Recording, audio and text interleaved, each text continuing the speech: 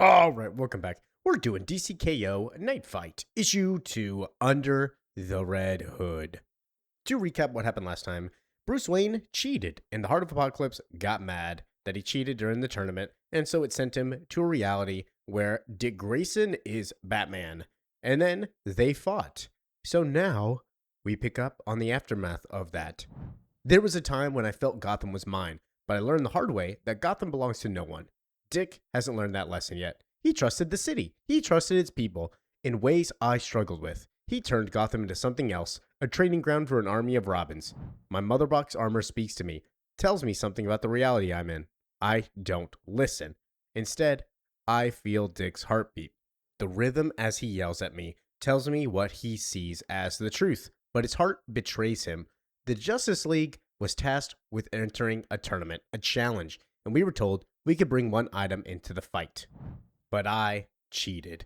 And Bruce tells us that your heart gave you away, Dick. It doesn't match your age. I know what being Batman does to our bodies, and the heartbeat I just heard wasn't yours. This world is a lie. So he figured out that this is a fake reality just by being a detective, master detective, world's greatest detective. So now that he knows that this is a fake, he's going to get down to business as Dick Grayson looks at him and says, "You have to trust me, Bruce. Let's go home." As all the Robins start charging up, they start going into him. And Bruce is like, "I died in the tournament. The Joker killed me. I tried to escape and the heart didn't like that. So it made this world for me." And Dick responds, "After what you did to Jason, Tim, and Damian, I wanted to save you. I wanted to help you, but you're too far gone. Look around you. There's Robins everywhere." So he's going to jump this dude, just straight unfair. And Bruce reveals, "Yeah, that's the other way I know that you're not Dick Grayson. You're not my Dick Grayson. You're having a bunch of Robins fight for you. I always fought alongside my Robins. I trained you and your brothers and sisters, and I bet my Robins can kick your Robins' asses." That's pretty good. Robins fly as they go and charge in. Boom, some of them get kicked in the face. Too easy. There's like a dozen of them wearing different uniforms.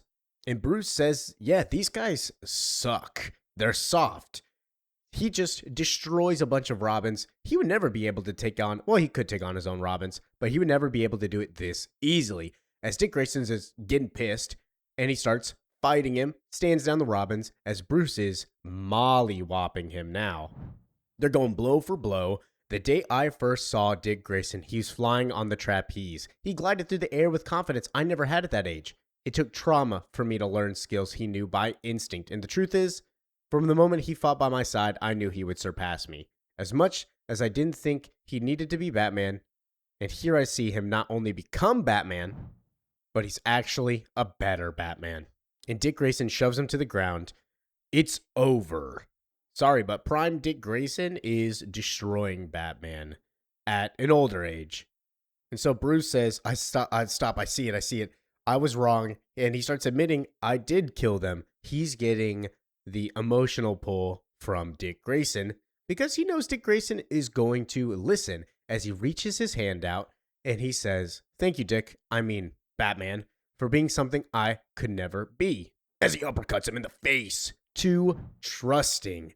The Robins watch as he says, "You still want to see what's best in people. It's why you always got along with Clark. But you're not the real Dick Grayson, and you can never be. Because Dick actually trusts people, but he doesn't try to control them. Because this one has controlled seemingly Gotham, and I would assume the rest of the world with all of the Robins that he has, and also with all the Titans that are helping him. I see what the Heart of Apocalypse wants me to do. The same thing I told Clark, not to hold back." As he grabs the blade that Dick Grayson used to have and stabs it down, but instead gets shocked and pulled into multiple realities as he's standing with Dick Grayson and then transformed into a straitjacket in a prison cell where somebody shows up.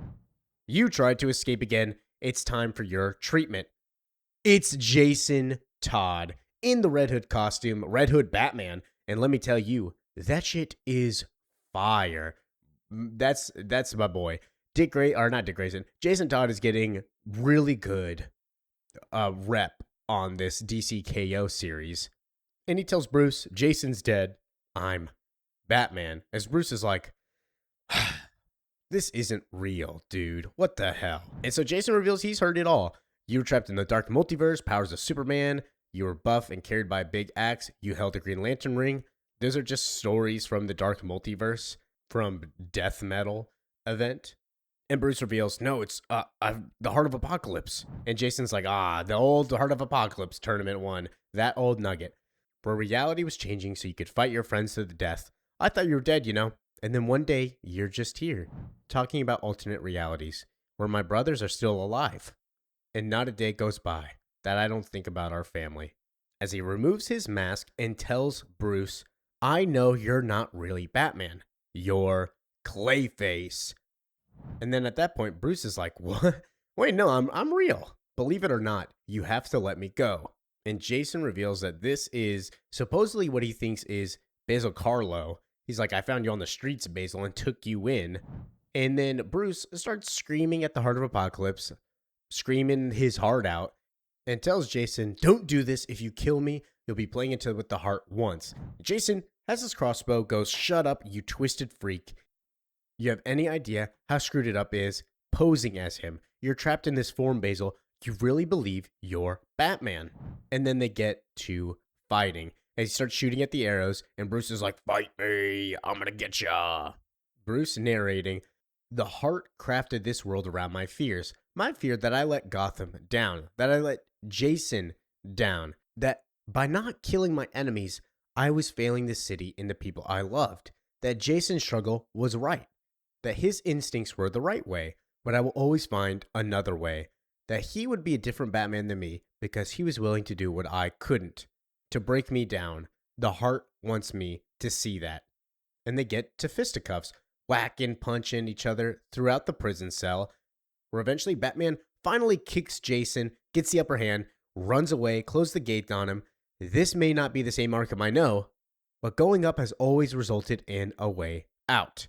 As Jason gives chase, and Bruce steps out to the roof. There's something about Gotham not a lot of people talk about. The sound.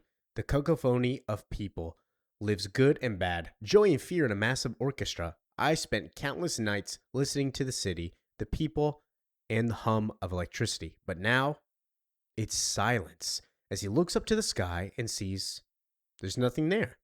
And Jason says, yeah, you're getting it, dude. You're remembering the truth. You thought you were escaping Arkham, but the reality is, Gotham is Arkham. Batman always thought I leaned into the violence or killing, that this was his nightmare for me. No, I gave that up. The thing I learned from watching Bruce was how to be alone. And just like him, that was my destiny. To save Gotham alone. So he literally got Gotham and made it a prison, made it a sanctuary by putting a glass dome around it and basically sectioned it off and puts criminals here. Which is insane, by the way. And he guards it alone. So Bruce says, what happened? Well, the Joker did this. He launched the biggest joke of all. We managed to evacuate the city. The dome keeps Joker's irradiated gas trapped in here. I had to stay behind, keep it safe, isolated. The plus side is, not a single crime has happened in 20 years. And then it's revealed, he's been here for 20 years by himself. And he's like, yeah, well, some people come here, risk it, they try to break it, they get exposed to Joker's gas, I deal with them. Then you came along claiming to be Batman. Bruce is long buried with Joker, and they died in the streets because of this gas. Bruce is like, what the hell is going, this is crazy. And so Bruce taps into the heart of the game and says, if the heart wants me to believe I'm Clayface, then I'll just be Clayface. And turns into Basil Karlo for a minute. And he starts fighting Jason. And that's the end of the issue. That's very interesting. Jason, I'm so sorry, but at least you had some good stories. We'll see you next time in DC K.O. KnightFight issue 3. Yeah, I'm surprised he went all alone. Make sure to comment, like, subscribe. Peace out.